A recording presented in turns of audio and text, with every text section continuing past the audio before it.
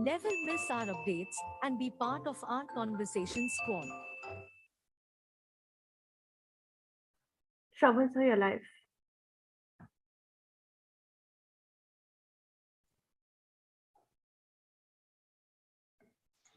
Yes, sure, you can start. Hi, good morning, Manthanites.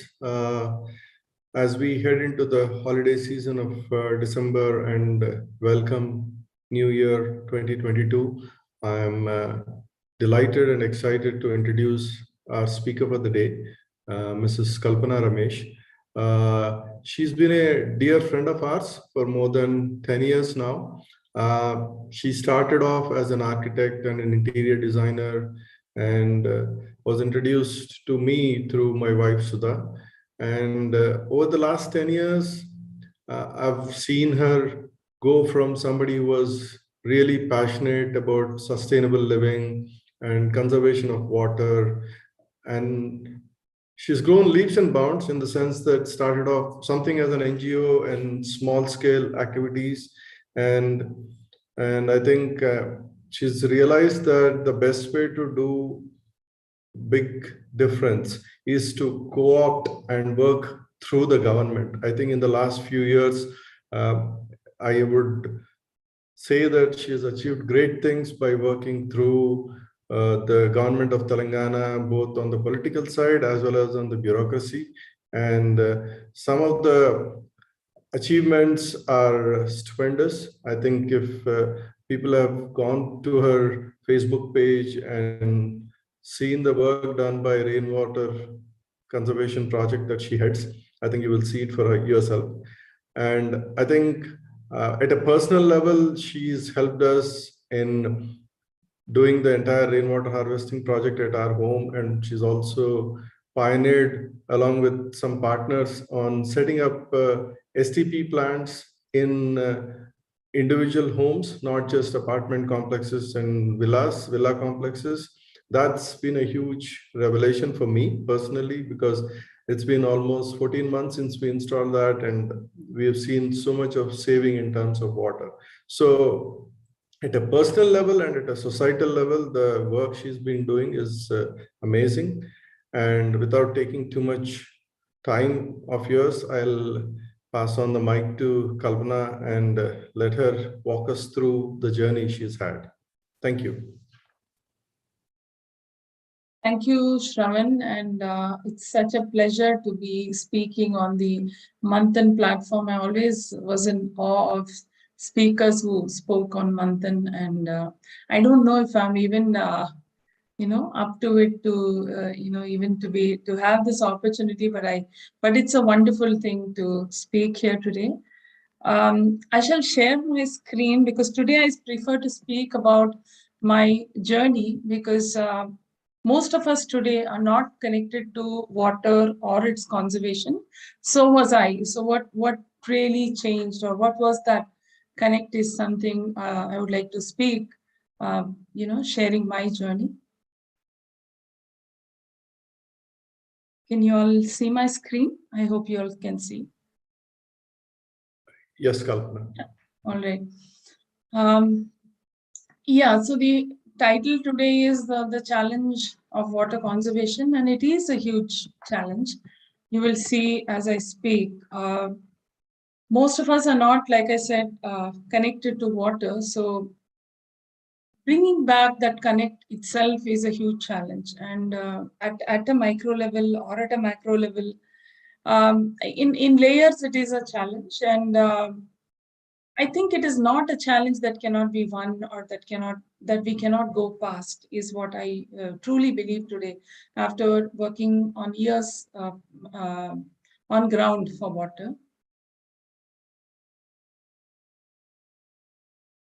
This is a picture that this could be anywhere in the city. And we see a lot of places like this, right? Dump yards, and we don't know often what it is and who. And we often think or blame someone else on, and not blame ourselves mostly, and say that, how can people do this, or why is the government not taking care of it? But we definitely, as we drive past many places, you do see places like this where there's garbage, there's all kinds of, diseases that can happen around these, but often we don't know what to do, or we don't know what next with this, but we stay quiet after, giving it a thought, and that's it. We don't go next. So the picture that is inset here, this opened a window of opportunity of me. This was the first time I actually clicked the picture at this place, and not knowing what it is. Of course, I know there is supposed to be a beautiful water structure. It took a while to find this place, but what you see is what I saw that day, that it's just a pile of garbage. And going from here, can you believe this is what was underneath? I mean, it just, even today, every day I go to this well and watch this restoration happen.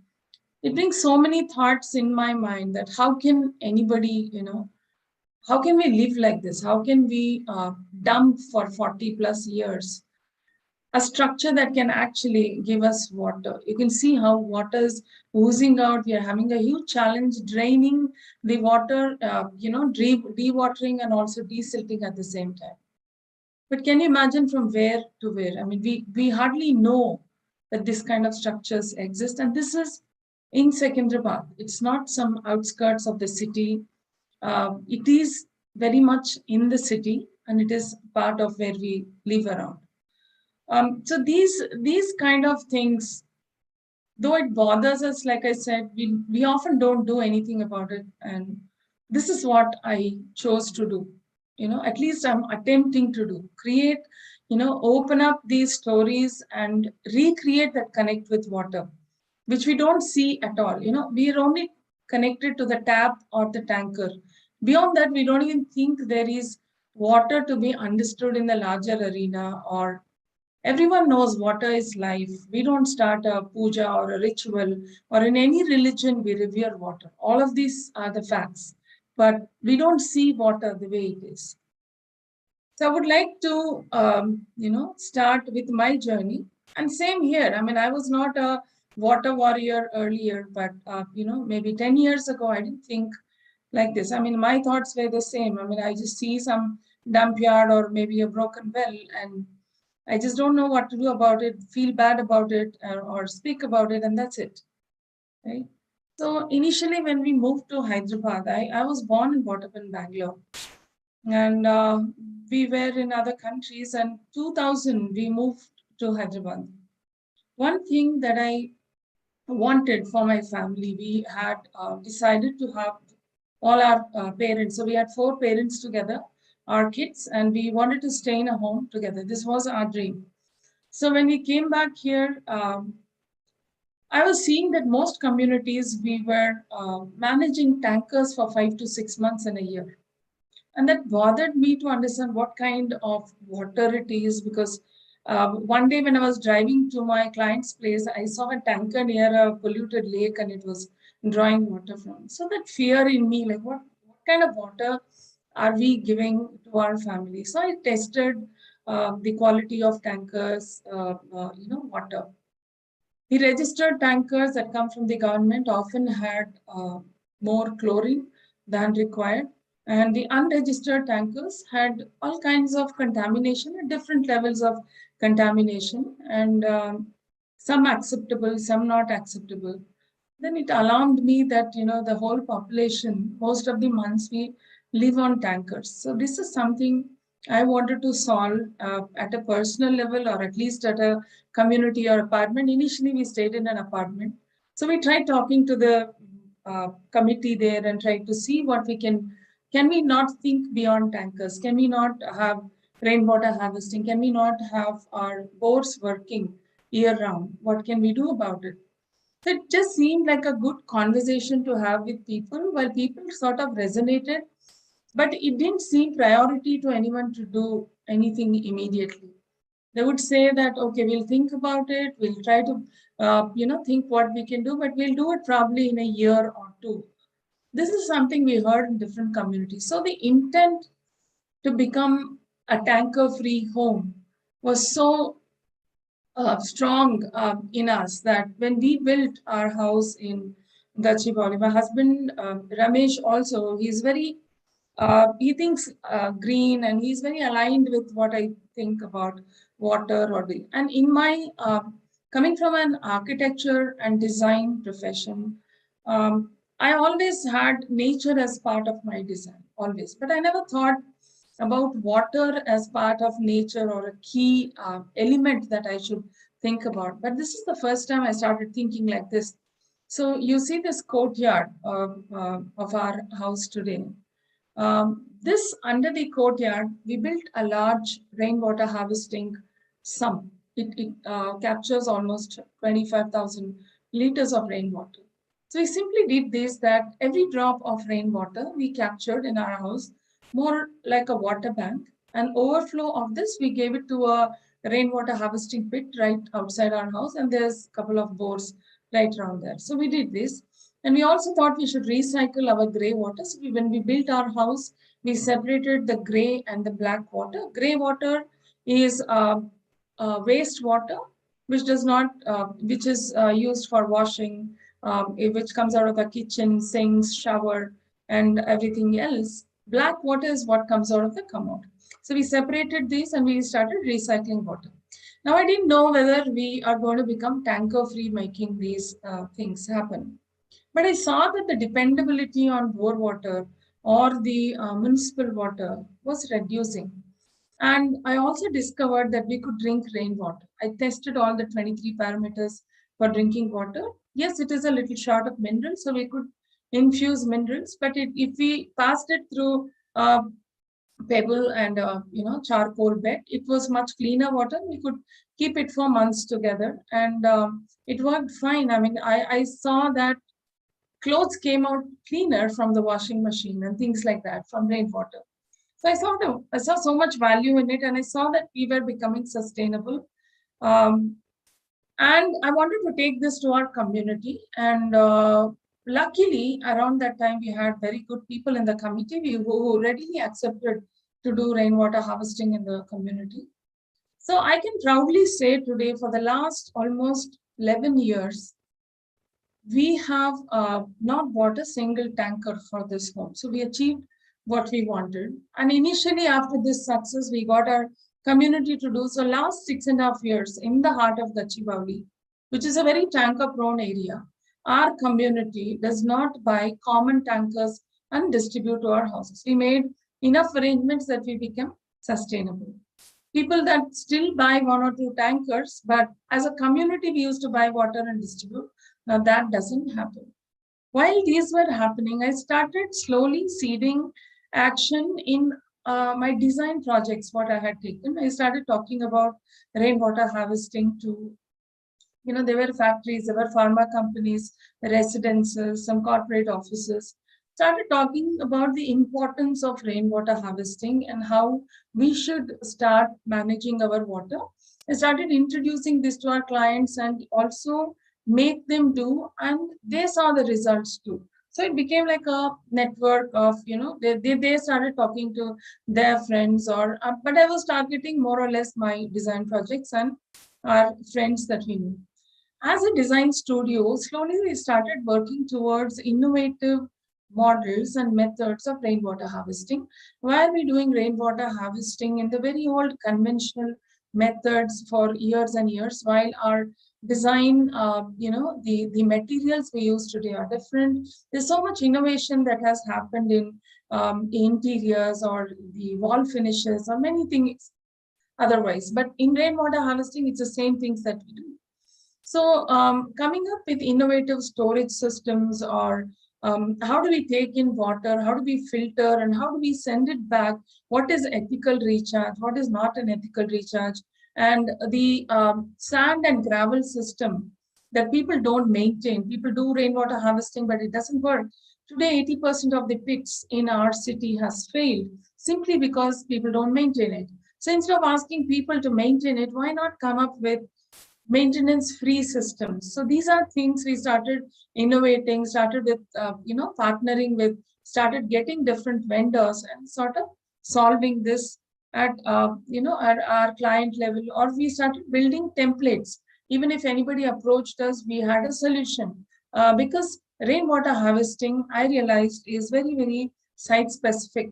It is not a cookie cutter solution. While I was doing this with our design studio and clients, I also realized, or went to several rainwater harvesting workshops and water conservation workshops conducted by the government, ASCII, and even in Bangalore, I've attended a lot of rainwater harvesting workshops. So wherever I go, anything with water, I used to show a lot of interest and try to understand. So that's when I started understanding that most of our cities import water today from rivers. And that was, though we talk about Manjira water, we know it comes from the Krishna and Godavari, but that didn't hit me, till I understood that, okay, we are getting water from 200 kilometers away because we don't have enough water. I mean, the government is getting water to us. And initially I thought it is only our city, but I slowly understood it is the case of most cities. Even in our city, I started understanding for the first time, how does a city manage water? Or what is water at a larger scenario? So that's when I understood it like a story that, we 1920s to 30s, we were at the Gandipet, on the Osman Sagar and the and the Himad Sagar, 30 kilometers away, where the Nizams built this after the floods, and that used to give us drinking water to the city. And slowly we, in the 60s, 70s, moved to the Manjira River, the Singur project, 2004, Nagarjuna Sagar, phase 1, phase 2, phase 3. By the time it's 2014, we were already at the Krishna, Godavari beds, and now, of course, Kaleshwaram too. So why are we getting water to the city, and how long are we going to be sustainable with getting water from the cities? Because our population is growing. 1970, our population was about 17 lakhs, and today we are touching 1.3 crores. All of us need water. How are we going to manage this water? And the kind of wastewater, and that's when the surface water bodies, the lakes and wells that we have, what about them? First time I went around the high-tech city and around GACHIBOWLI where I live, and to my shock, I discovered there are 13 lakes within 1.5 square kilometer of where I live. I've never paid attention to this, but when I went around, almost every lake is dumped with sewage, a whole lot of garbage, and people keep throwing. Every time I stand at a lake, I always see people coming and throwing, open their car windows and they fling a packet. This is how we, take care of our surface water bodies. So what is to be done? What can I do as an individual? So I said, let me experiment working on a lake which is closer to my house. So this is in the heart of, KONDAPUR, Masjid Banda. That small 8-acre lake called, Kudikunta Lake. So I said, if I start working on the lake, now what is it that I need? How I should connect to the government? What are the departments connected? I have no clue. I just went to the lake, looked up at the lake. It was in a terrible condition. I couldn't even stand there for a couple of minutes. So I didn't know where to begin and where to end. But thinking like coming from an architecture background, the first thing is to map the lake. So to map the lake, I had to go through several departments, understand, and none of those maps were matching with what's here. So I started mapping it with a friend from Deccan Amalgam, Sneha. She helped me put this map together. And then the next thing was to understand, okay, what is the problem for the lake? Where are the inlets? Sewage is a problem. So where are the inlets for rainwater? Where is the outlet for the lake? That's when slowly I started understanding upstream, downstream, catchment, all of these terms. I started understanding slowly. I also started understanding the lake has different ownerships. The irrigation department, the water board, the GHMC, between the town planning, the revenue department, the sanitation department. So these are several ownerships to this lake. So if I have to work on this lake, I have to tie in with the government in different layers, and right from the topmost person to the last guy to be able to work on this lake. And slowly started understanding none of them had maps for how many sewage inlets were in these lakes. So it was a huge challenge. There were a lot of sewage inlets overflowing from the road and falling off into the lake. And most people, while they complain, they tried to give complaints, but didn't work. And so they left it. So I could see a lot of people cover their noses, just like now in Corona, it's become very common to have masks. But those days I used to see people wearing masks or having this mufflers around their noses, and they used to be jogging around this lake, but still not knowing what to do. So after understanding this, my only thing was, even if I get permissions for this lake and I start working on this, at that time I started also, working with an NGO called Sahi, which I was part of. And I thought I had the tools. I thought I knew how I could work on. But one thing was missing was a community. How do I connect people? The first time I was talking to strangers I don't know, and I'm telling them I'm going to make this lake happen for you. Many people looked at me shocked, like, what are you going to do for the lake or what? Then the next meeting that I had with few communities, I would just, initially I thought, should I do a walk or run? Then I thought, no, I don't want people to be connected with me for a day. I want them to be connected with me for however long this lake takes. It took about 4 years now, and we're still working on it, but a lot of changes happened. But initially, there were so many questions from people like, are you a politician? Are you planning to encroach this lake? Do you come from the government? And what is your intent? And how are you going to do it? So I saw also a lot of resistance. I also saw people listening to me, but almost like, okay, there's nothing going to happen. We're just going to talk about it and nothing is going to happen. So there are this people with a lot of negatives also I found, but I thought I should go beyond this. That was the first time I decided my focus is not negative. My focus is water. So what do I do for this? So I can say from that day one, first cleanup when I had, by then I had some 42 meetings, all such small meetings within apartments, communities, parks. With all these meetings, I thought I would have clearly reached to more than 300, 400 people. So I expected at least 20, 25 people to come for the first cleanup. So I made a WhatsApp group, sent, and we waited and waited. Nobody showed up for the cleanup. And it was hugely disappointing. I mean, have I taken something which I cannot and never make it happen? So it was disappointing, but I didn't give up, me and my supervisor. I said, we are here to clean. So let us start cleaning up, and let us do our cleanup for the day and call the government guys to remove the muck, and then we move out. So slowly, as I was started cleaning, few people from the apartment came and then they joined me. So I could see that people are interested, but there's some sort of resistance that there is sewage in the lake. The government has to handle it, and why should we work on the lake? All such questions. So cutting across many such conversations and coming up with plans, I also understood, working with people, that I cannot go with a ready-made plan to them, which is what I did initially.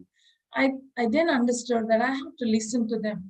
There's nothing called public opinion in our country. I have to listen to them, understand what they wanted for the league or what they didn't want, and what was the resistance about, and what were those barriers for them.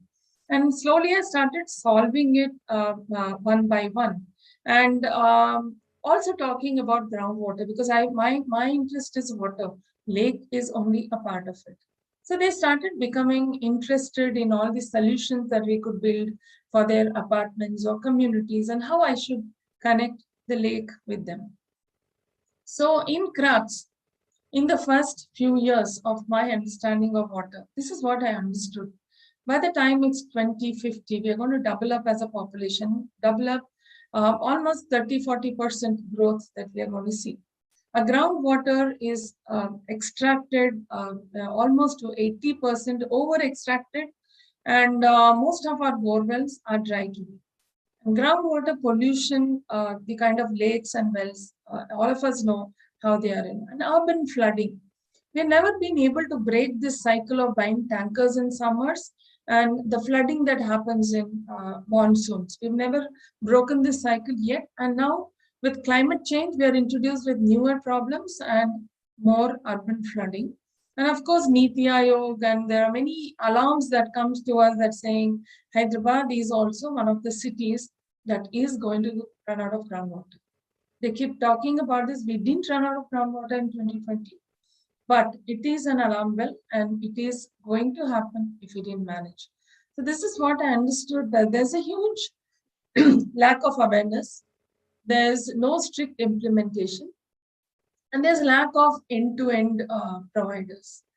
So while working on the lake and convincing people, and I had to, there are many days I used to come back and cry, and why should I even be doing this? And nobody cares. I only hear negativity coming towards me, and nobody is positive about what I think.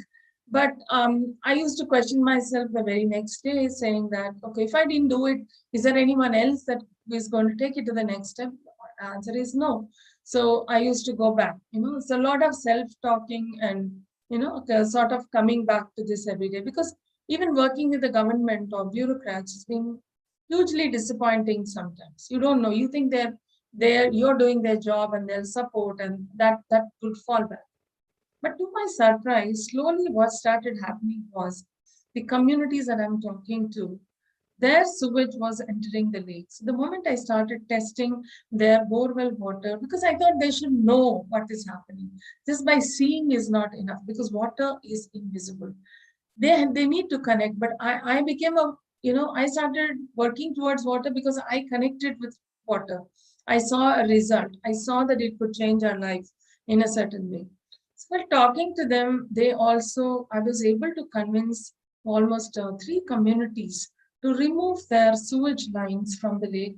Now, these were people who said, we don't put our sewage in this lake. I had to actually map their sewage, open 30, 40 manholes to understand where the sewage is going, and then tell them with a drawing and this water tested sample saying that this is going to affect your lives. This is something that is coming back to you as disease. And 60% of bore water is what we drink today.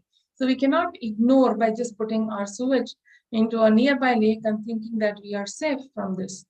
So I was able to remove this sewage lines. The communities did it themselves. They invested the money. They stood with me. They moved the sewage.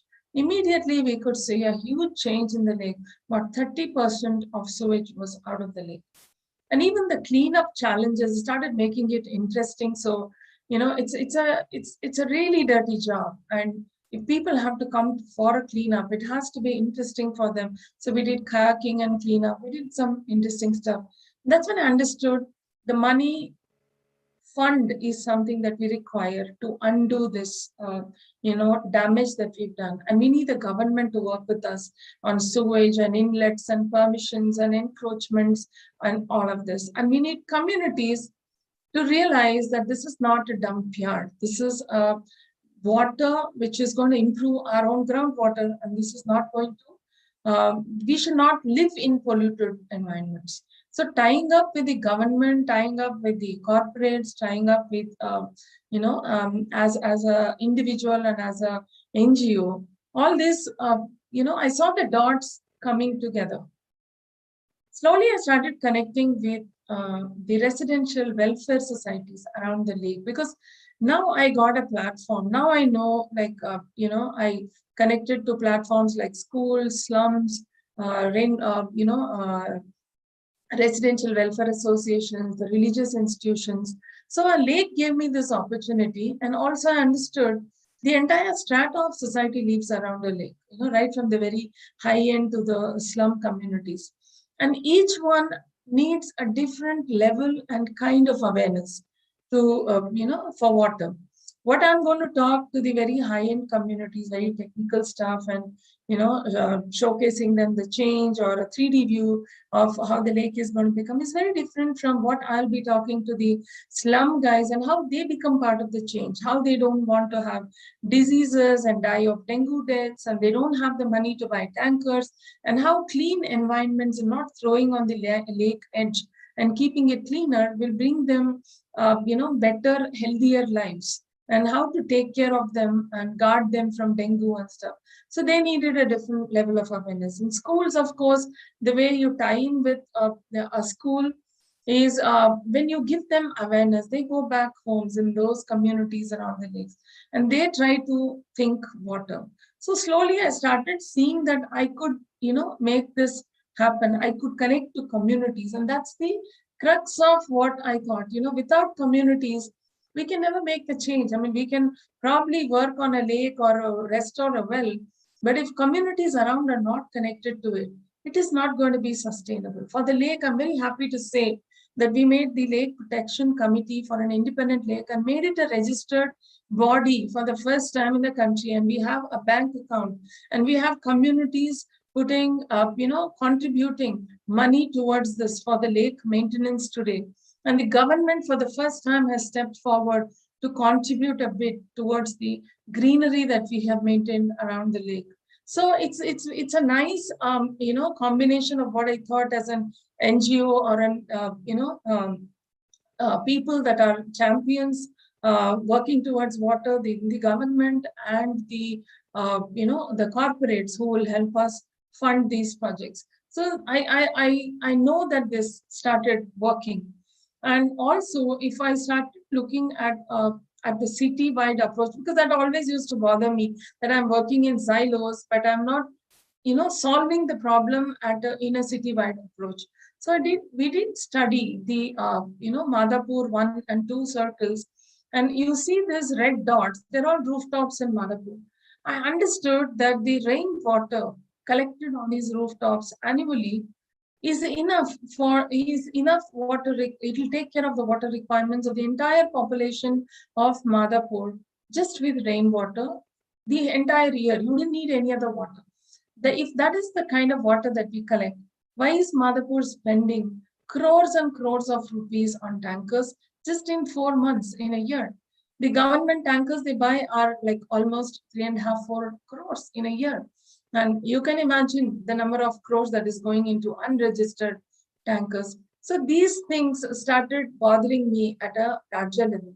While you see a lot of inspiring stories like the IIIT Hyderabad, the first time I knew about the campus, 2,000 students, and this campus does not buy a single tanker till date.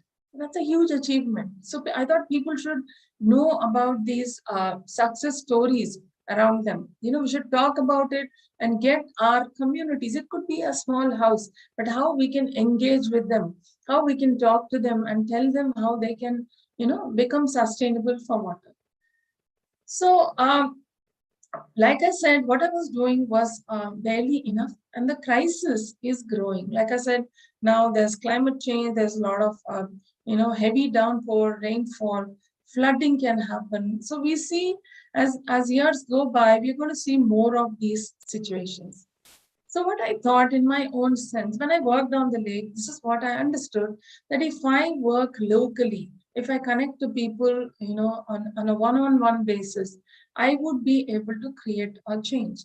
So why not break down the city of Hyderabad into smaller pockets, into smaller blocks? So with the help of our startup in IIIT, we were able to break it down into 98 micro watersheds.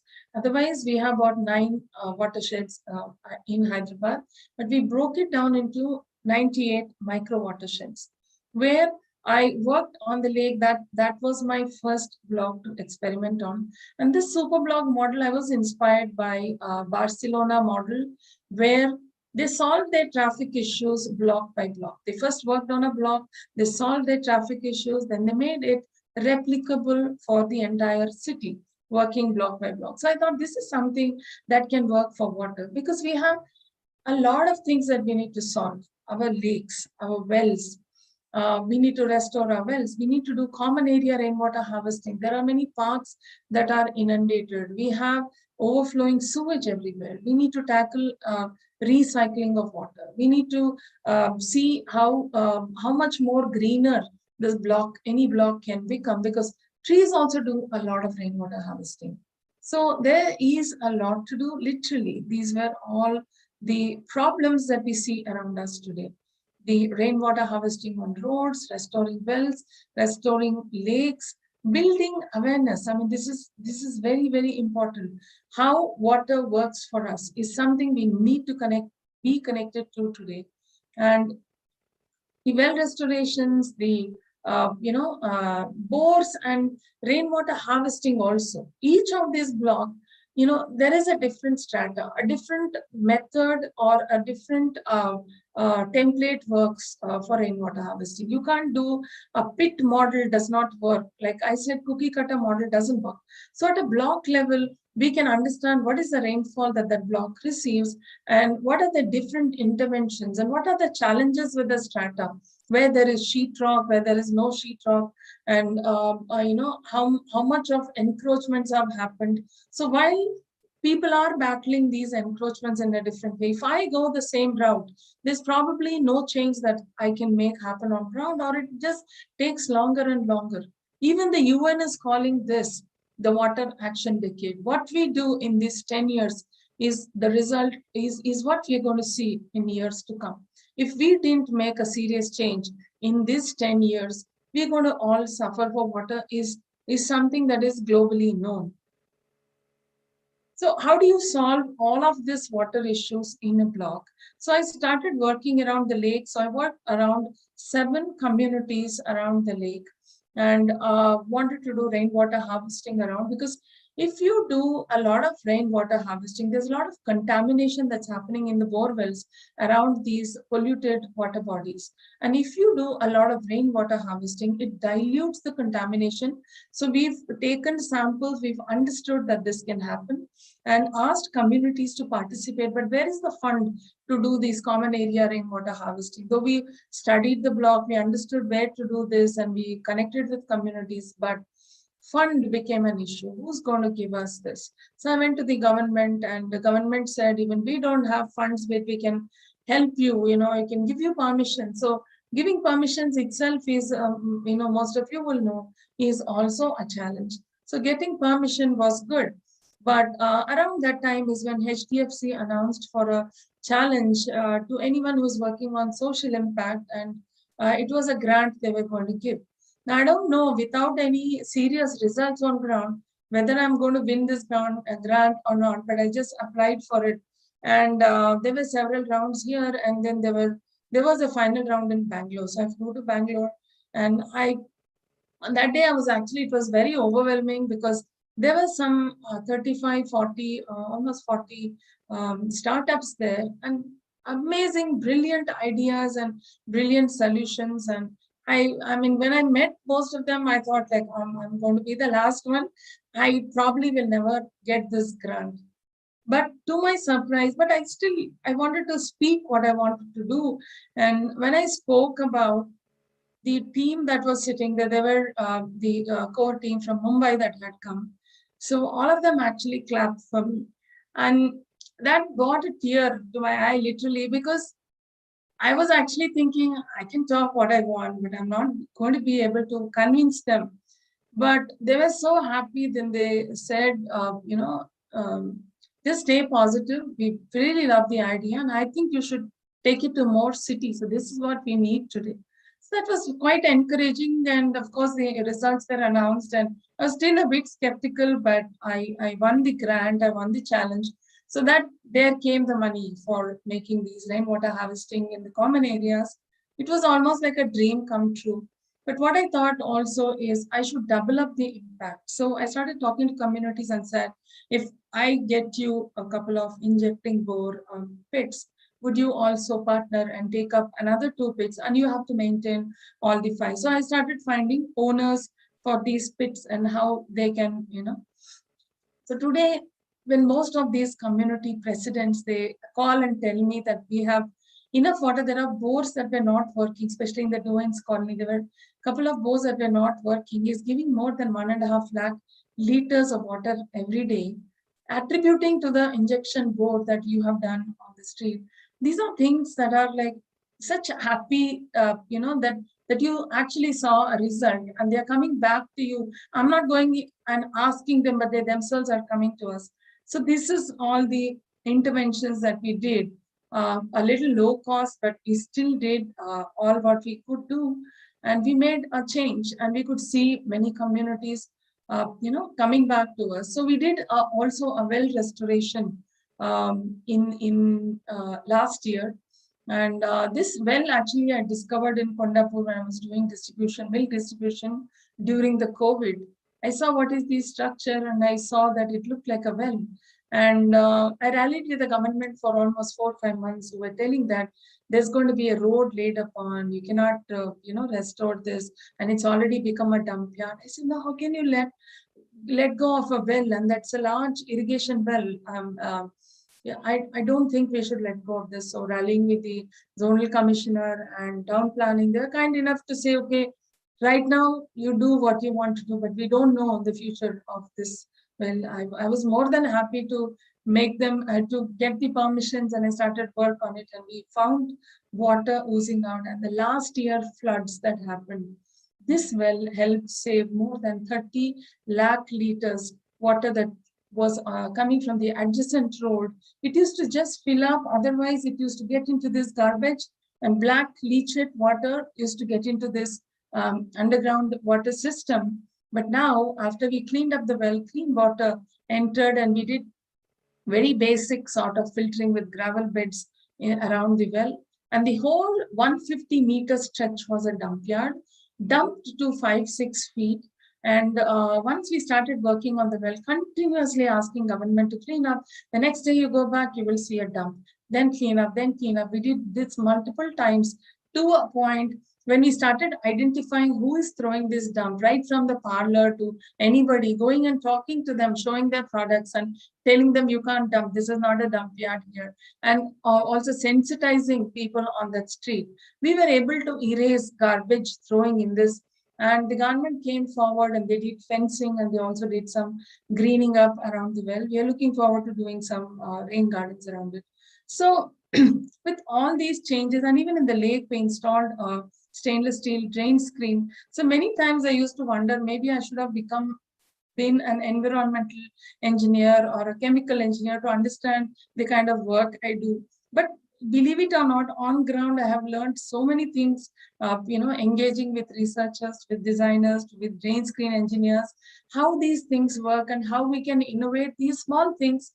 And you can see the kind of garbage that came out when we put the drain screen, then understood what kinds of garbage, then going back to the vendors there and telling them from which restaurant, from which, of the fruit vendors, and they all stopped throwing today. So this has been a revelation that you can actually clean up the lake well and get cleaner water going to the ground than leachate water, black water, which enters the ground, which goes through this garbage.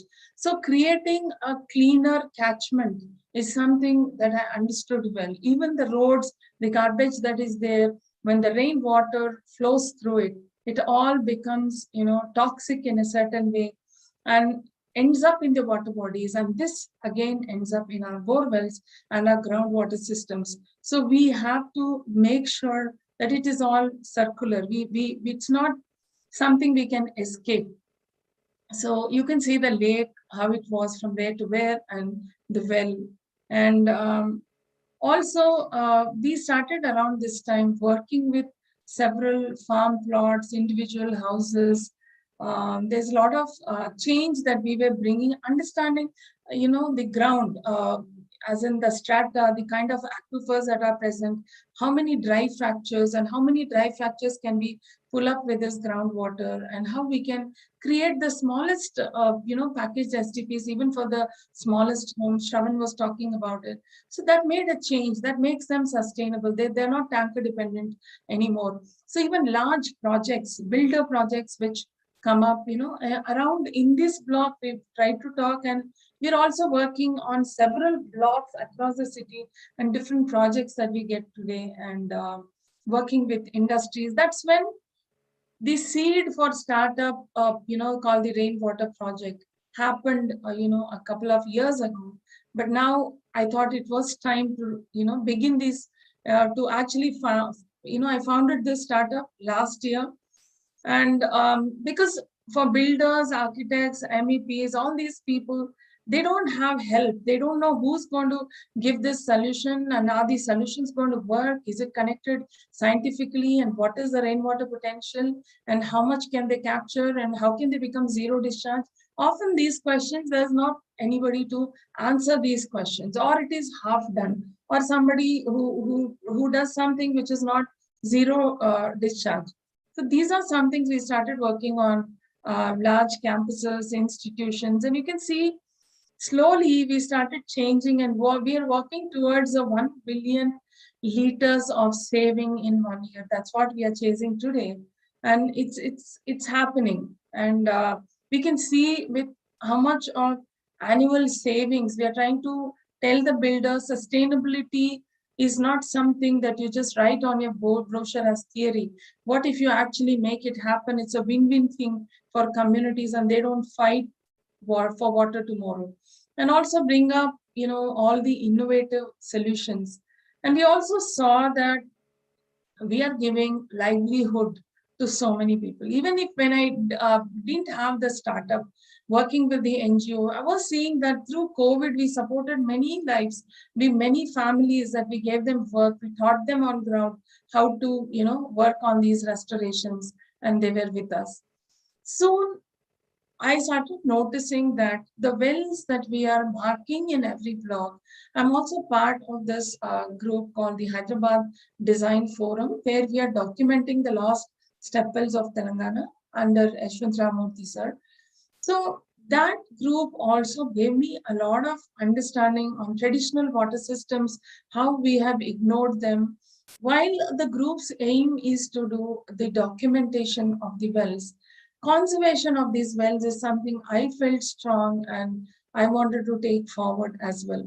So the wells that we are looking at in a block, the wells that I looked at last year, this year when I go back and see these wells, they're again, filled up, or buildings have come up on it. So I thought this is something that we need to take on a war footing, or create these inspiring stories. So people, where they have wells, they make sure that they don't fill them up, and see the value in it.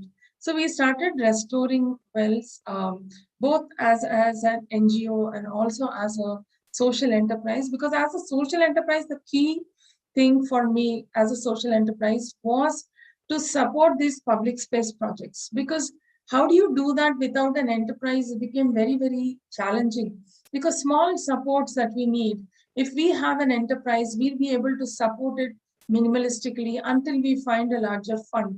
Otherwise, we're going to just look at them and let go of them. We won't be able to do much about it. So you all must be knowing the GACHIBOWLI means. It's globally known today for the IT industry, but GACHIBOWLI is also the name that came after this well. This small well in GACHIBOWLI, the area is named after this well.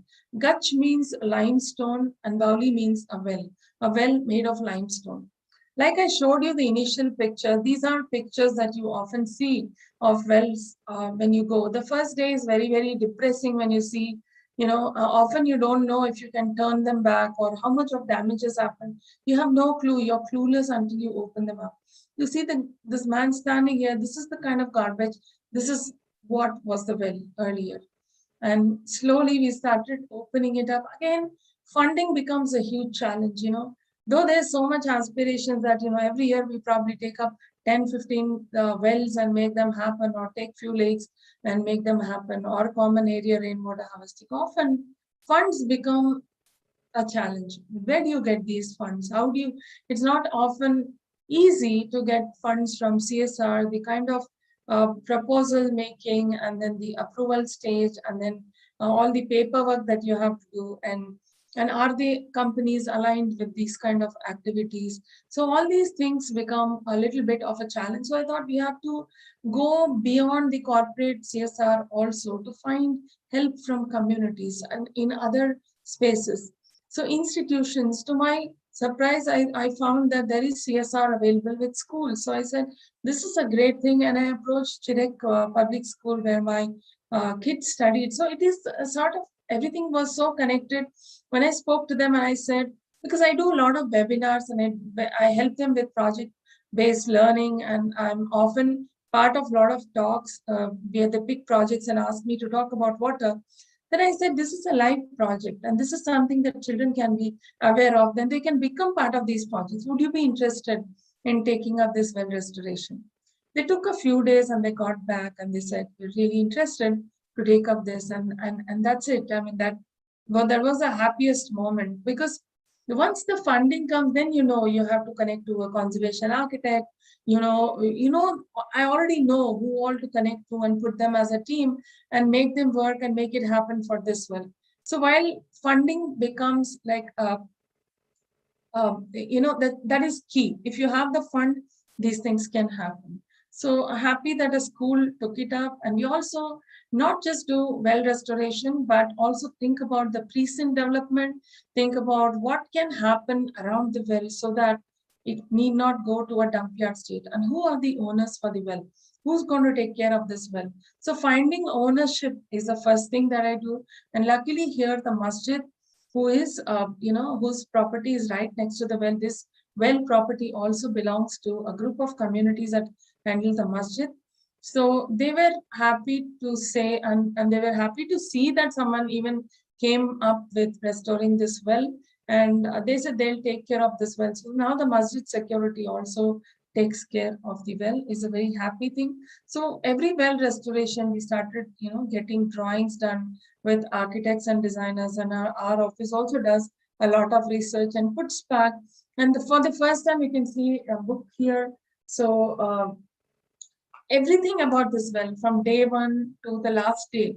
What were our challenges? What were our learnings? Because I thought documenting initially, I never gave that much importance, but I thought it is very, very important for anyone who wants to restore a well.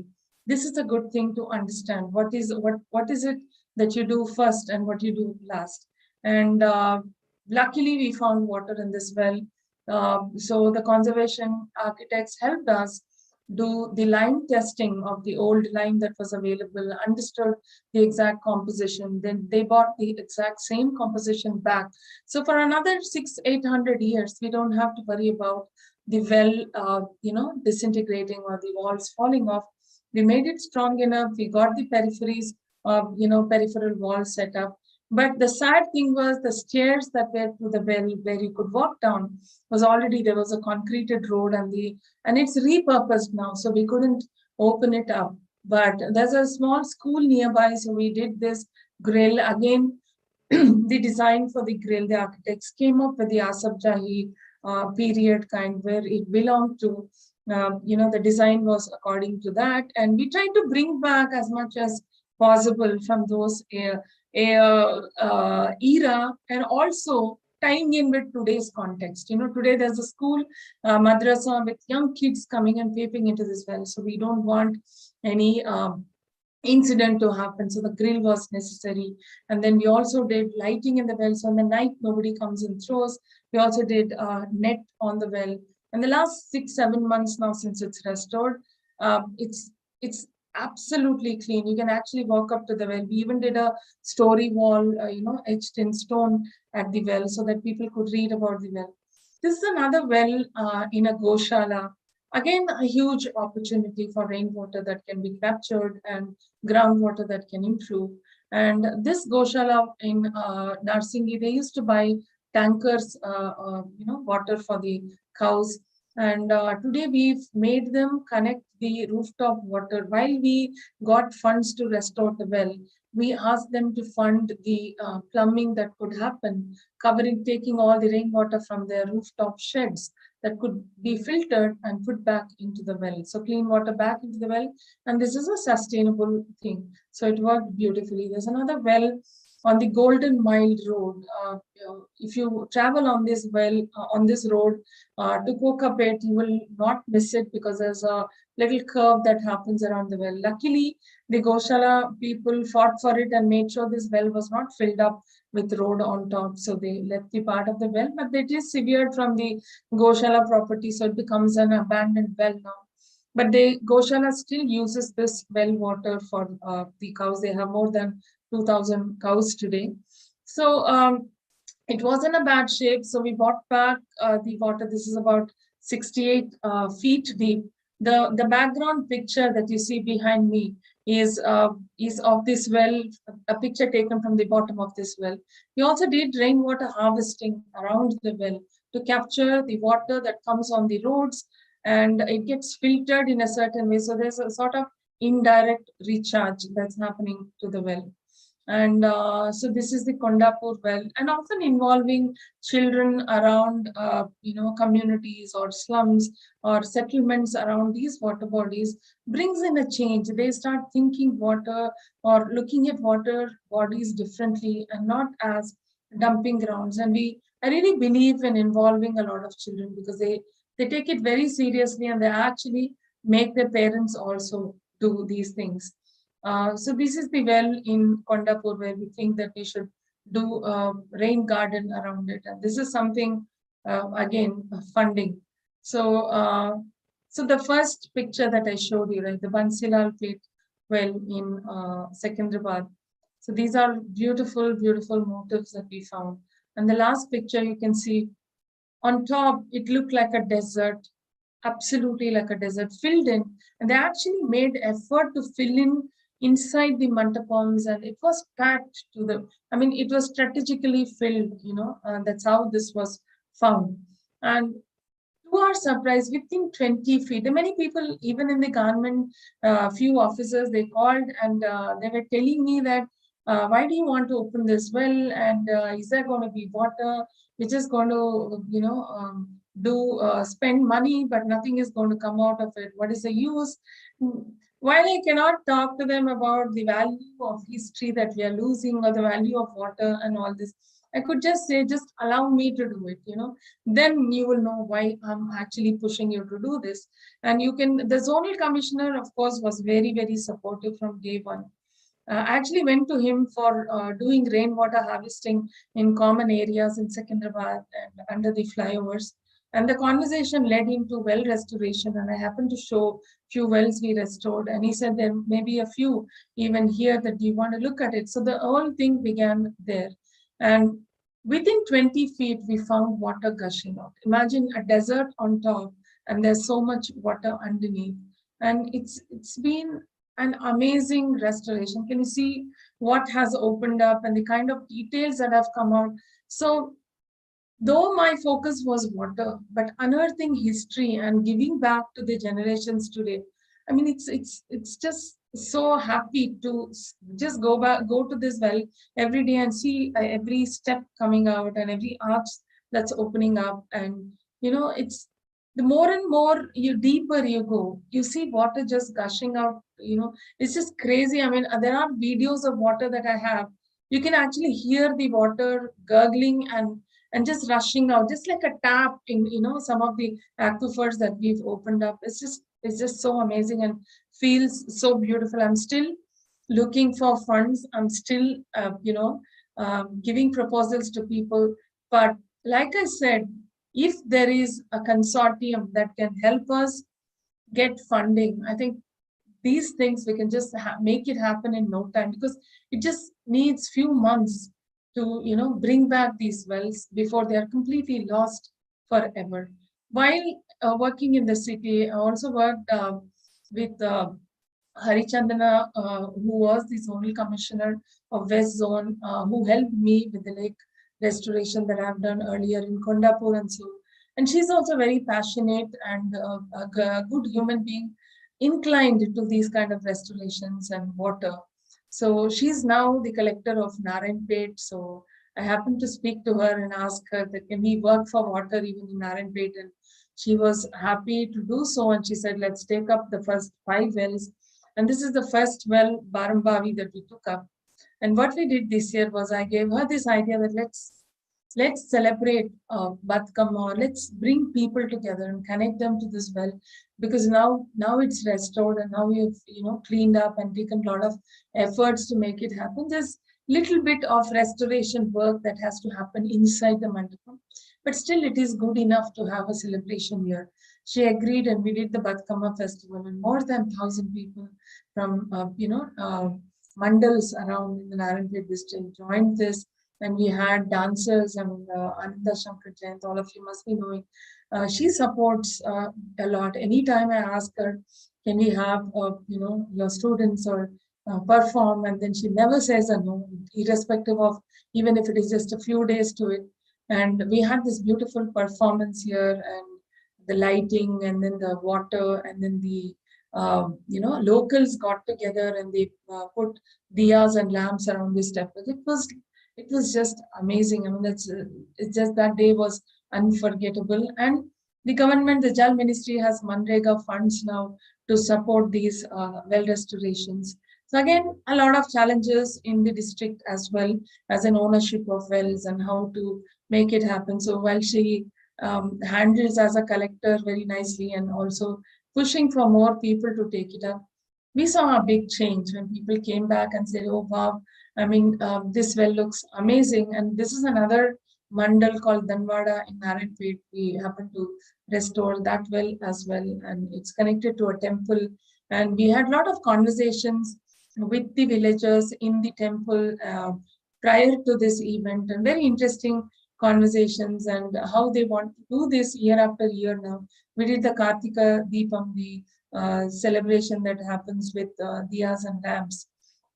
So a lot of locals came up with their own folk art and the folk dances. And it was just, simply amazing how a village got together and, did these rangolis. And it's just not the event that 2-3 hours, but the whole day, and then the planning and then the journey towards it's just amazing.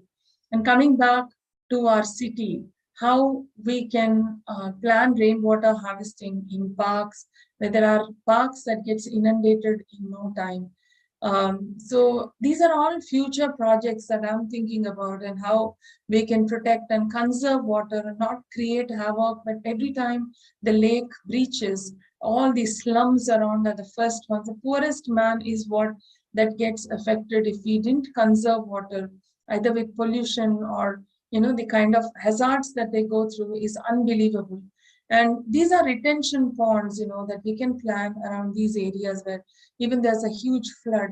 There's a way to retain these and create these swamp parks in areas like these. There's an area like this in Gopinagar slum near the Gopi Cheru. This is inundated with sewage waters, and there are a lot of mosquito breeding, and there's dengue deaths. And we can see this house right here, which has a lot of dengue deaths, that 2 kids died last before year in this house. And I knew those kids because we used to do Ganesha, eco-friendly Ganesha making, and these kids actually used to come and play. So it affected me a lot. That how can we be quiet? How can we not do anything about this? So now I'm looking for funds to make a swamp park around this, put banana plantation, and sort of treat this water with floating islands and stuff, and create a space where these kids actually sit and read books. And we put up a street light there because there are a lot of eve teasing, and that used to happen. A lot of people that used to drive in cars and drink and throw bottles and all these things. So we put up bright lights there, so that stopped, and it sort of brought a lot of safety to this. So through COVID, I realized that each one of us contributed directly or indirectly to communities around us. So I do the same thing for water.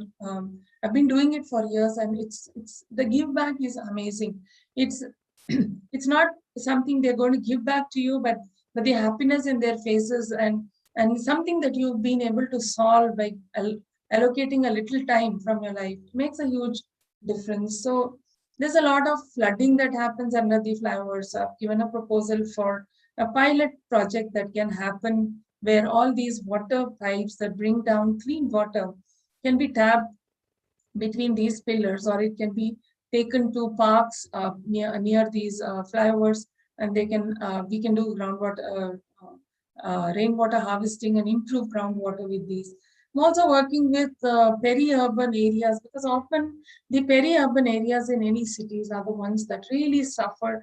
It may be Jawahar Nagar that you see, where 3 lakes have become black water lakes because of the 6,000 tons of garbage that we send out of the city every day to this dump yard. And this has polluted the waters. Almost 50 villages around this in Jawaharnagar and surrounds, they don't have clean water from groundwater. The government has to supply water to them, even for drinking and other domestic purposes also. They're not able to use this water because of the kind of dumping. So waste segregation also is so important. And also working with these peri-urban communities and municipalities and talking to them about how segregation is important and how rainwater harvesting is very, very important in polluted areas, and making champions, the locals champions for this change. And we got the municipal commissioner to give the social auditor, cards to these local champions who can go and talk to communities or homes in their own localities and be the change, talk to them and tell them how it affects, the groundwater, and how we can reduce urban flooding, how we can reduce pollution in our borewell systems. So all of this is awareness which we give them, and we have Blue Hyderabad groups across the city. There's a Blue Sainipuri, Blue Miapur, Blue Kukatpalli, Blue GACHIBOWLI, Blue KONDAPUR. So we've created these groups where interested citizens can join these groups, and we sort of direct them how to work within the locality and with our block model in mind. And continuing to, I want to start doing workshops for plumbers within these blocks where they become ambassadors for rainwater harvesting, or because they can make it happen, but they don't know the methods, they don't know, they don't have the skill or the scientific way of doing things. So we can direct them, and they can earn livelihoods out of this. So we plan to do those. We did a few workshops earlier with the government. Now we plan to do block wise also. So there's a lot of learning, there's a lot of awareness that we need to. But in CRUX, where I started and what I'm doing today is a big change. And when I look back at my life the last few years and the kind of change that I am attempting to bring, it's been hugely satisfying for me, from just a citizen who's just focused on my design studio or just doing my own thing, but how I'm connected to water today, and how it worries me that we should constantly keep doing one after the other. There is no stopping or looking back. We have to keep moving on this journey, and because it is an urgent thing for all of us to pick up and do. We don't have much time, and we need to build the awareness and also do the change on ground. It's not just talking, but today we need a lot of doers. We need people to adapt at the individual level or the community level, or let's say the state or city or district. We need to adapt and work towards this. And I think it's been a long monologue. I will stop sharing the screen.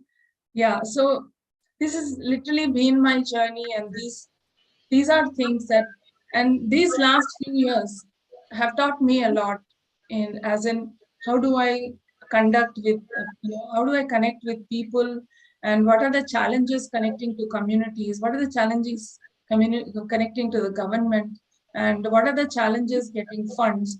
So all of this is being understood, and I always keep innovating, keep thinking, and finding new ways of making things happen. Thank you all for patiently listening to me. Thank you.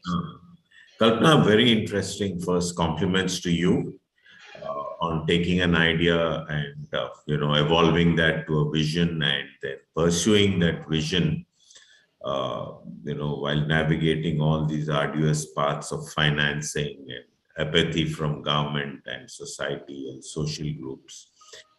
It's been a remarkable effort from your side, and personally thank you for that, because we're all benefiting from it. Okay, but just to start off the questions, a simple question that I would like to ask from a goal setting perspective: can a mega city like Hyderabad ever be, since you brought up this issue of the point of importing water from the rivers outside, can we ever be a zero water import city? That practical? Yeah, it is. It's a difficult question to answer because there are various challenges today. Because the kind of water that we could hold earlier with our wells and lakes have all become smaller, or we've lost hundreds of lakes today, and we don't know where to restore this. But I definitely can tell that as an individual home or as an industry or as a school or as a community, you can become zero discharge and you can get off, whether it is power or water today. You can store enough rainwater that can help you, and you can recycle 80-85% of the water that you use, and you can become sustainable.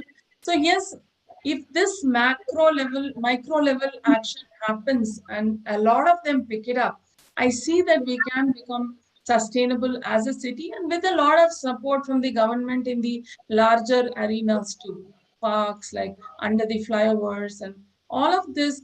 I seriously believe that if we work, block by block, we can become groundwater rich, and we don't have to depend on this water that we get from the Godavari and Krishna. I can very confidently say that because I have seen this change happen, you know. So I think a lot of work needs to be done at the macro level also.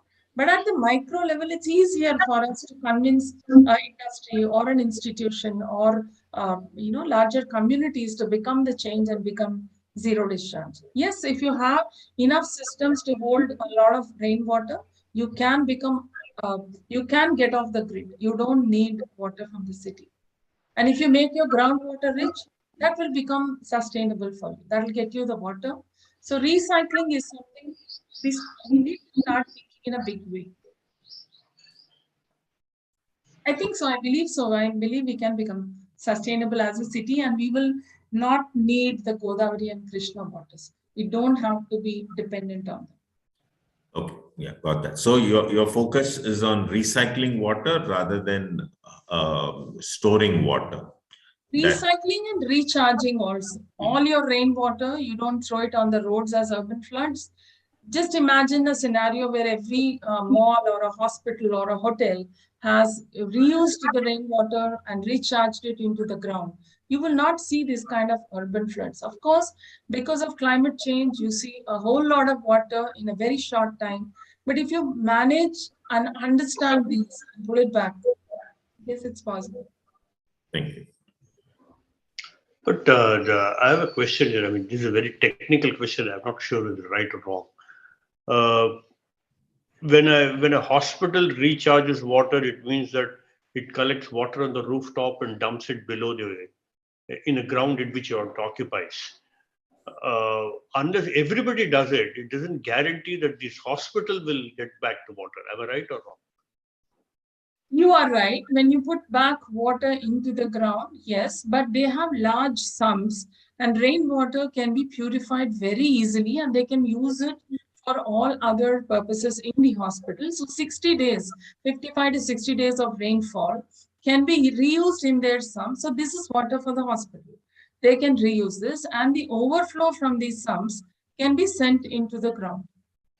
So that can recharge their bore wells. And of course, what you put in the bore wells, many times I encounter this question that if I do rainwater harvesting, am I going to benefit? Are the neighbors going to benefit? Is a question that I often have to answer. But my only answer to this question is we draw water from the bore wells every single day. Doesn't it become our duty to put back this water? Just put it back and you will benefit, and your neighbor tends to benefit. You have to do rainwater harvesting while you have to encourage. That's why this block model, right, where we restored a well, and right next to the well in Kokapet was this Prestige Tranquil projects. I was behind them and made sure they did rainwater harvesting, and now they go zero discharge. They are not going to send 800 flats, apartments. They're not going to send a single drop of water out. They build large tanks for reuse of rainwater, and they have 15 injection bore wells that we've given them. They're going to inject water back into the ground. So they got zero discharge. So the well is now sustainable with water that it filters from the street, and the property right next to it, Prestige Tranquil, that's also become sustainable. You won't believe, because we restored the well, all their bore wells were working throughout the construction. They didn't need a single tanker. So this is something they've understood.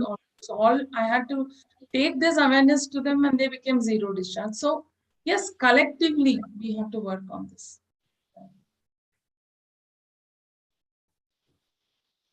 Yep. So in a way, so what would you expect, a question from one of our audience.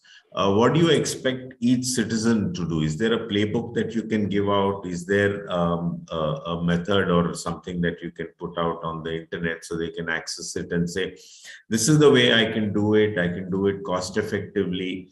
And there is a feel-good factor about it from what you're saying. But can I also benefit directly for myself? Because, at the time when it's an economic decision to spend money, what is the benefit that I can directly get out of it besides a feel good? Yeah, so that's a very good question, because often what you get back is something you need to answer when.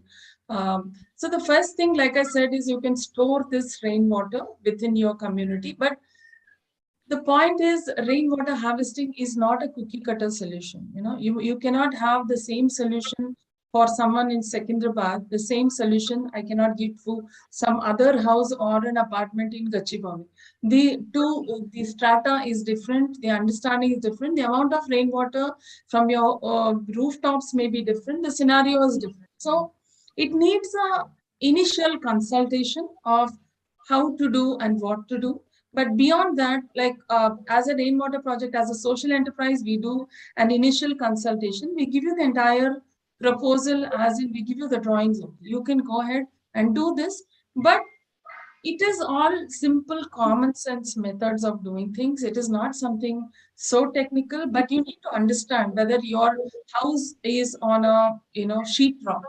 Then it's a little challenging. So you need to understand how to do rainwater harvesting there. But usually, storing and recharging back around your borewells is something that you can do in a very rocky strata also. It is possible. But while the builders are actually making these buildings happen, the possibilities are many. But once the construction is done and they've concreted end to end, then there's only so many things that you can do. You probably cannot go zero discharge, but definitely you can store them in those large sums. And you can work around the bore wells that are working or not working and put back the water into them. So these are simple things that we could definitely do.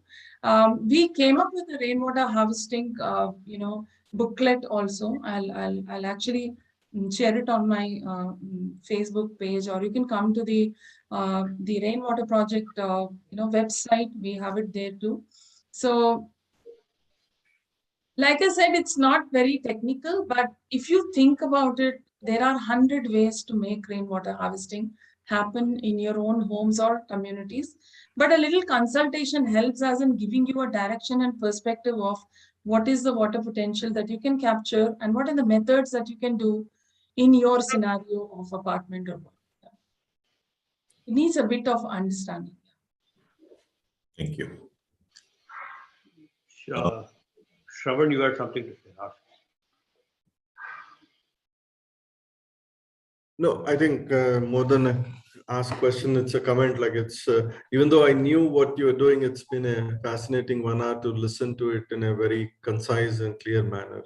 I think one of the questions that came across is like when you do collect water from rooftops, especially of commercial and industrial buildings, is there a risk of chemicals and other toxins getting into the groundwater? So from the rooftops, usually no. That's why the first 2 rains that happens, we usually flush out those rains. We don't store them. You can though recharge them, but not store them. But if you're storing it, the first 2 rains, we usually ask them to drain it off. You can always send it to recharge, but storing, no. But also the air quality in such areas like Cherlapalli and these kind of areas, definitely they may be carrying some sort of contaminants. So initial few things usually take care of it, and the subsequent rainfall, you don't actually collect any contaminants unless the terrace has some, processing that's happening, or the terrace has, they store some chemicals there, or, the terrace has to be a clean terrace. I mean, otherwise you cannot tap that water. So there has to be some precautions that you need to take.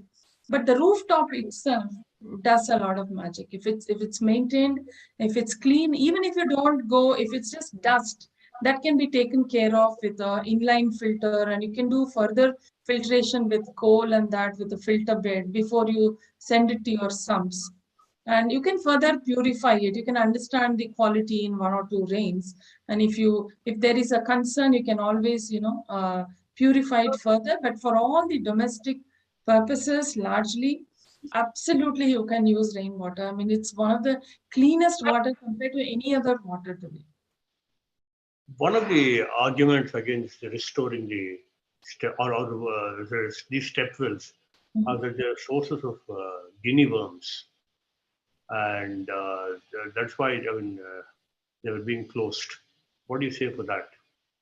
Probably, I mean, I have read about it. Probably it happened in 1 or 2 places, but now I'm talking about the BANSILAI pit well that's happening right now.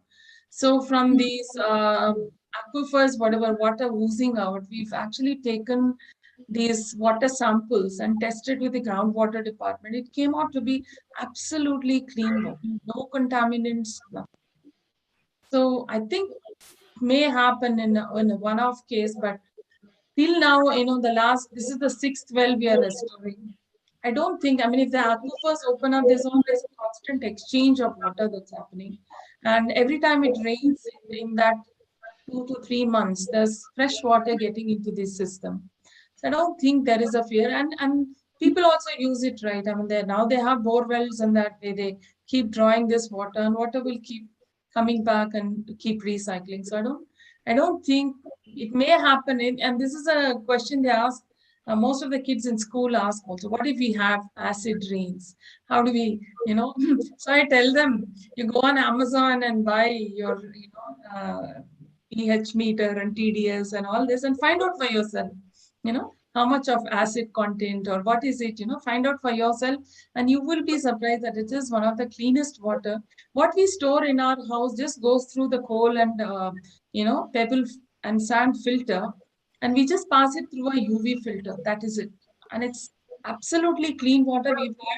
We have parents who are 86-year-old and 80-year-olds, and nothing has happened. I mean, last 12 years, we've been using this water. So I can definitely say, I mean, there's no fear using rainwater. And you can always test this water. So yes, in the areas where there's huge chemical discharge, like last week I went to a site, a community in Chedlapalli. They said there's a lot of water that comes into our site. Can we do a deeper recharge?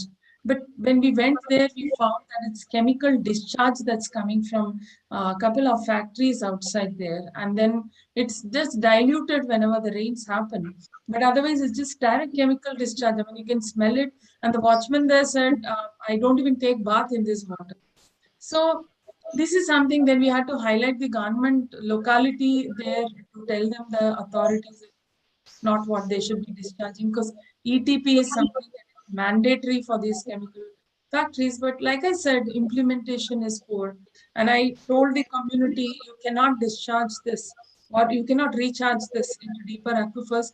You will contaminate all your aquifers. You don't bother to, you just redirect this water, get it to the notice of the authorities, but you cannot, there's something called ethical recharge. You cannot put sewage water and contaminated water into the ground. But there are a lot of challenges like these across the city. So is there any effort across the cities of India? Because this is a challenge for every urban center in India. So is there any coordinated effort to take the learnings from somebody like you and extrapolate to other cities, right? Or learn from other cities who have done something different? In fact, that's a good question, Shravan. I wanted to ask, have we learned anything from Surat or Indore, which seems to be shining examples for restoring water? Yeah, while they talk about recycling and going zero discharge, that may not be the truth on ground, because I have a lot of friends in Indore also. While they do a great job with waste segregation and stuff, so they have created clean catchments. I mean, when there's rainwater, there's clean water going. There's no garbage dumping and all that happening. So that they have ensured. Well, recycling of water and going zero discharge may be a challenge. It may not be completely the truth on ground. But definitely a serious effort from the government also to do recycling. Today, you see many communities, they don't run their STPs simply because of huge power bills. And they're disconnecting the STP and they're directly putting all the drainage into the water. What if they give treated water or recycle and reuse the water? And another big challenge I see today is a lot of communities that recycle their water. If they get 5 lakh liters water, they reuse about 2.5, 3 lakh liters, and 2.5 lakh liters of clean water is thrown into the drains. What if, the municipality at a local level, I keep telling them that they can tie up with the municipality and they can bring their tankers and take this water and give it to gardens and, all on all the roads and flyovers and parks and wherever. They can reuse this water, and construction, people that are doing construction in that block can take water from them and reuse. And there are, so in that sense, there are new companies that are coming up now, which actually come and manage your STP. You just have to give them a space. They manage the STP. They give you the required water, what your community needs. The rest of the water, they purify it more, and they even sell it to people like Dr. Reddy's and other laboratories and that, where they purify it to whatever, parameters that they have, and they give it to them. So I thought that was a great model. I met a couple of them who are doing these as startups, and I think it's a fantastic thing, because most often communities don't know how to manage the STP. They have no idea how the system works, and often they let go of it because of huge costs that they have to, take care of these STPs. What if a company comes and manages it, and there's zero headache for the community, and they are giving you back whatever recycled water you need for your gardens and stuff, and there's no extra water that gets thrown. They sell it and then they make money out of it, and that's fine. But somebody is managing it for you, and I thought these are great models that need to be adapted today. There's a very interesting question here from the audience. What is your argument to people who say rainwater harvesting is expensive? In pure economic terms, what was the total cost of setting your own rainwater harvesting at your own home? Do you agree that rooftop harvesting requires a certain level of affluence to even consider this? So the point is, every rooftop, I mean, every house or every any small to bigger organizations, you definitely have a sump, right? You have a rooftop and you have rainwater pipes coming down and you have a sump. The simple thing is to fix a filter to that. That inline filter is available today on Amazon. You can get according to your rooftop sizes. There are 3-4 sizes that's available, and a plumber can do it. It comes with a neat manual. A plumber can fix that. Now that can be directed to your sump. Overflow of this sump can be used for recharge. Now a simple recharge pit, let's say a 4 feet diameter by 8 feet deep, will cost you anywhere from 12,000, 15,000, 18,000, depending on whether it is cement ring pit or is a rectangular pit or the space available to you, what kind of pit that can be made.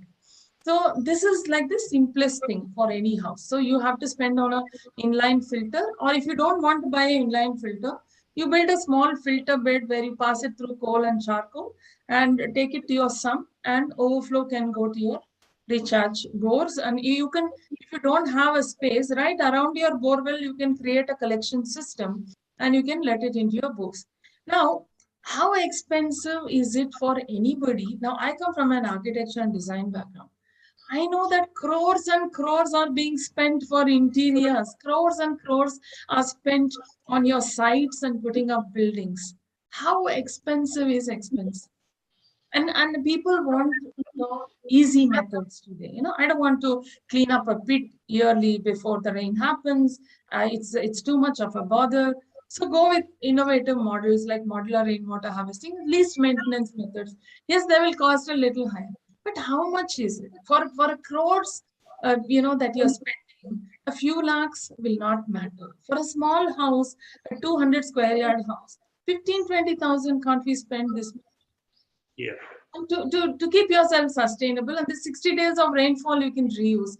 So I think the whole thing of rainwater being expensive is first of all a wrong debate or an argument, because for something that is going to be sustainable, like for example in my house when the corona happened, many people feared in our community, can we let a tanker guy come to our community and give us water?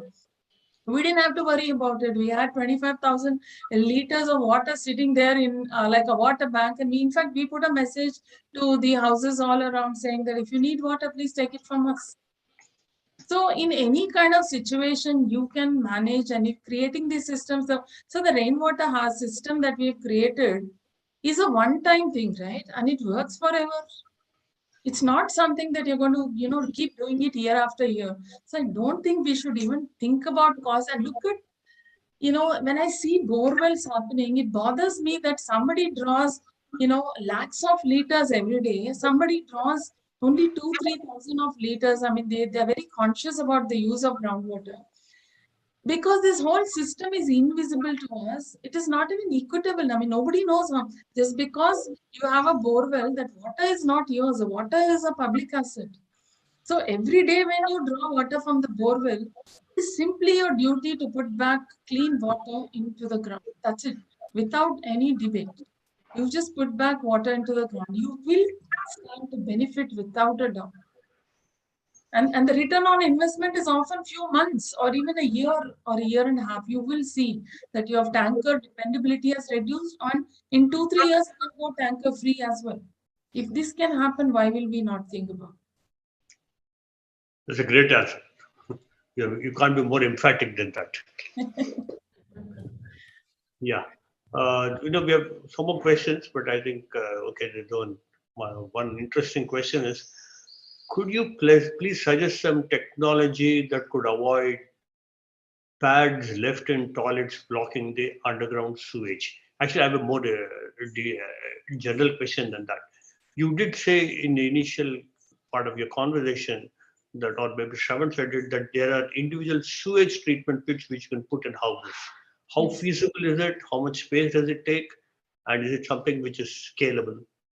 Yeah, absolutely. For smaller individual homes, we have these packaged STP systems which go under the ground.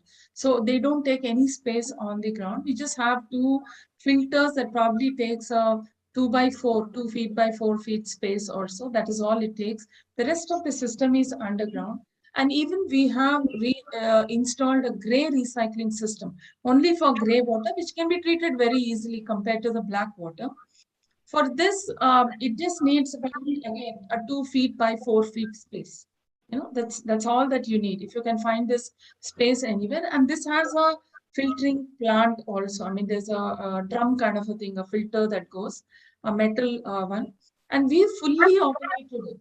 So whenever there is an input, it recycles and gives back and goes to the collection tank. And every day we give that water to the plants. And whenever it needs the input, it switches on automatically.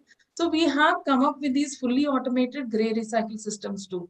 So for a house for a people of 8, you can easily get some 450, 500 to sometimes even 600, 700 liters of water that can be given to your gardens every day. And this is 365 days in a year.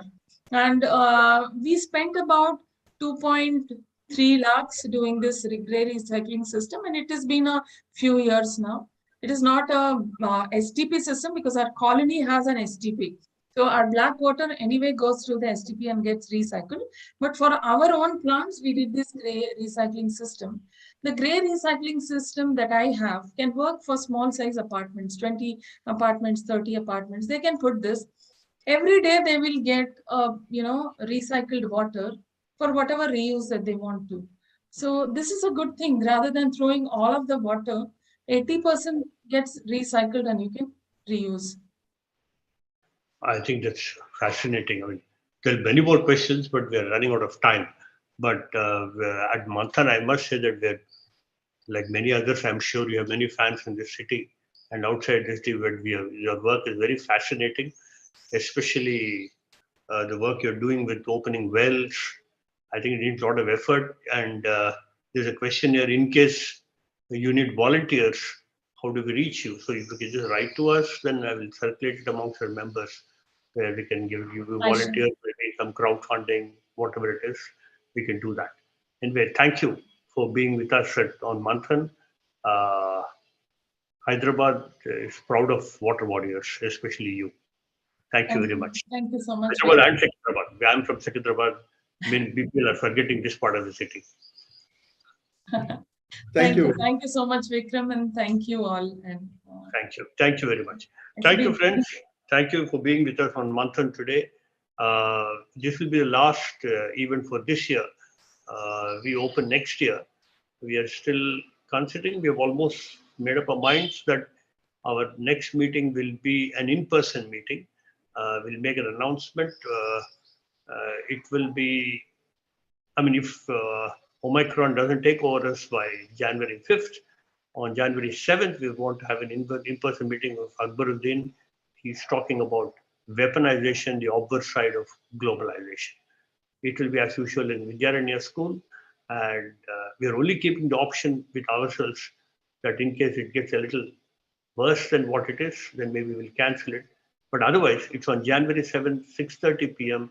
at Vidyaranya, weaponization at an obverse side of globalization.